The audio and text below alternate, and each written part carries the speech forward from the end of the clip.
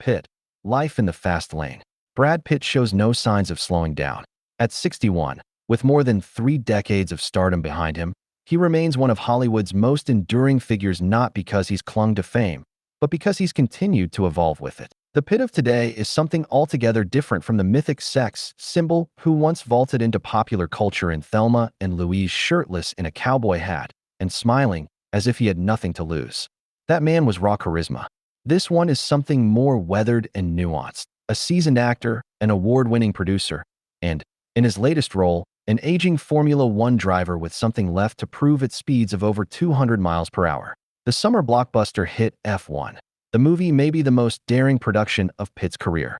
While the plot about a retired F1 driver who returns to the track to mentor a younger talent might be familiar, the method is revolutionary. For the first time in cinematic history, actors were inserted into real Formula One races and filmed in motion in between actual qualifying sessions and heats, on the very same tracks used by the world's most elite drivers.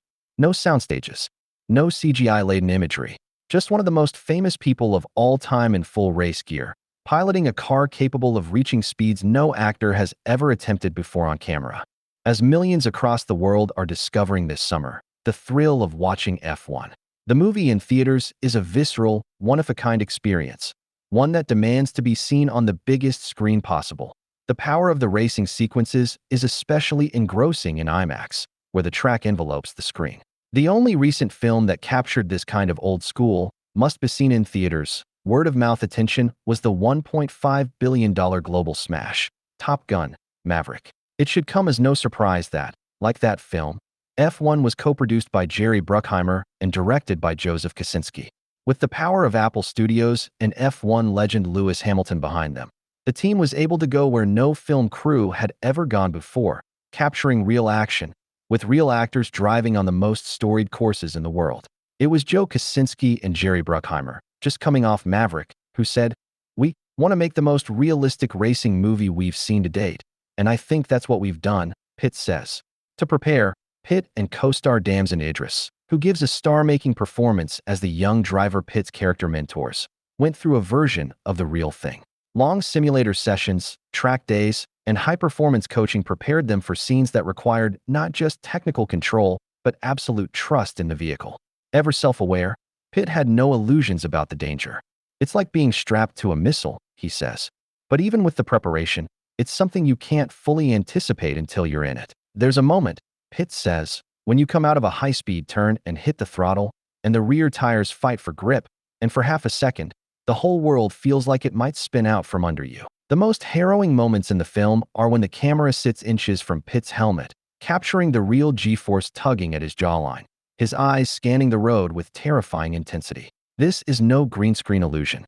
It's a 61-year-old man doing something very few humans have done, driving a Formula car on a live Grand Prix circuit. Once in motion, the track narrows, focus sharpens, and the scenery begins to blur. Corners don't approach, they attack. Pitt says what surprised him most is how physical it all is. The neck strain, the rapid reflexes, the sheer force of each downshift. "You feel every inch of it," he says.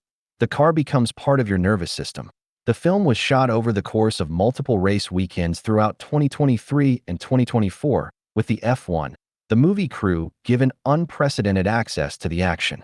At the British Grand Prix, Pitt stood on the grid during the national anthem and suited up beside the likes of Max Verstappen and Hamilton. At Austin Circuit of the Americas, he clocked a blistering 197 miles per hour in a 2023 McLaren, drawing reactions from actual F1 drivers who weren't sure if the new guy in the pit lane was playing a role or becoming one of them. "I was gutted I didn't hit 200, Pitt admits. "But I'll take it. These aren't staged shots. These are real, timed laps, captured by cameras bolted to the metal, vibrating with every bump in the terrain." The respect between Pitt and the racing community is real. Hamilton, whose presence on the film as a producer and technical advisor helped elevate the authenticity level, was impressed by Pitt's focus and his willingness to fully engage with the culture of the sport. Other drivers have noted that Pitt didn't just show up to film scenes. He asked questions, walked the paddock, watched telemetry screens, and treated the environment with the seriousness it demands. That credibility matters, because F1 isn't just speed and glamour. It's a culture of discipline and risk, of data and daring. Dropping a Hollywood production into the middle of it without disrupting the machinery is no small feat. That Pitt can navigate that space, literally and metaphorically, speaks volumes. But F1, the movie, isn't a one-off thrill. It's a continuation of the trajectory Pitt has traced for years now, toward projects that require more than presence, toward craft, toward risk, toward growth. His Oscar-winning role in Quentin Tarantino's Once Upon a Time in Hollywood is a performance of quiet depth and sly humor, anchored by an actor who is not trying to impress, but to disappear. It's also one that he will be reprising soon in a spin-off film written by Tarantino and directed by Pitt's old Say 7 and Fight Club partner, David Fincher. His producing work through Plan B, the company he co-founded in 2001, has brought some of the most beloved and acclaimed films of the last 2 decades, including Best Picture winners The Departed, 12 Years a Slave, and Moonlight. Pitt's name in the credits, whether in front of or behind the camera, has come to signal a kind of ambition, a willingness to go where others won't. That doesn't mean he's turned away from spectacle. He still headlines major projects. He still leans into action. But even in those films, there's a subtle shift. Bullet Train is stylish and kinetic, but it's also laced with a self-deprecating wink. Babylon pushed him into extremes, but with a knowing sadness that comes from a majority of one's life spent working the camera. There's clarity in his choices now. Fame is no longer a destination or a detriment.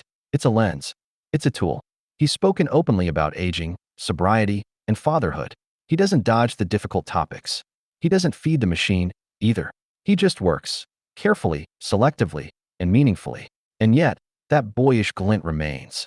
The Missouri kid who raced dirt bikes and studied journalism before heading west to follow a dream still lies somewhere behind those blue eyes. That spirit is what still animates him, still serves as his compass. He says yes to a film like F1, not because it's safe or easy, but because it's a new frontier, because it puts something real on the line. He could have shot it in a studio. He could have let stunt drivers cover the heavy lifting, but he didn't, because he's interested in the feeling, the raw, physical truth of it. You can't fake this, he says. You either do it or you don't. In many ways, F1, the movie, is the purest expression of the two sides of Pitt's creative life, the actor chasing immersion and the producer chasing innovation. With a reported $200 million-plus budget, Apple Studios isn't just betting on a blockbuster. It's investing in a film that might redefine what a sports movie can be. Shot with cameras developed specifically for race conditions, embedded in real-world competition, and driven by a man who could easily have said no. It's part documentary, part adrenaline opera. The fact that Pitt is in the center of it after all this time tells you everything about the kind of artist and person he's chosen to become. He has nothing left to prove. He's won the awards, survived the scandals, and outlasted the news cycles. But he's still pushing, still chasing the next feeling, the next story, the next sharp turn taken at 180 miles per hour. Whether that's behind the wheel of a race car or in front of a camera doesn't seem to matter.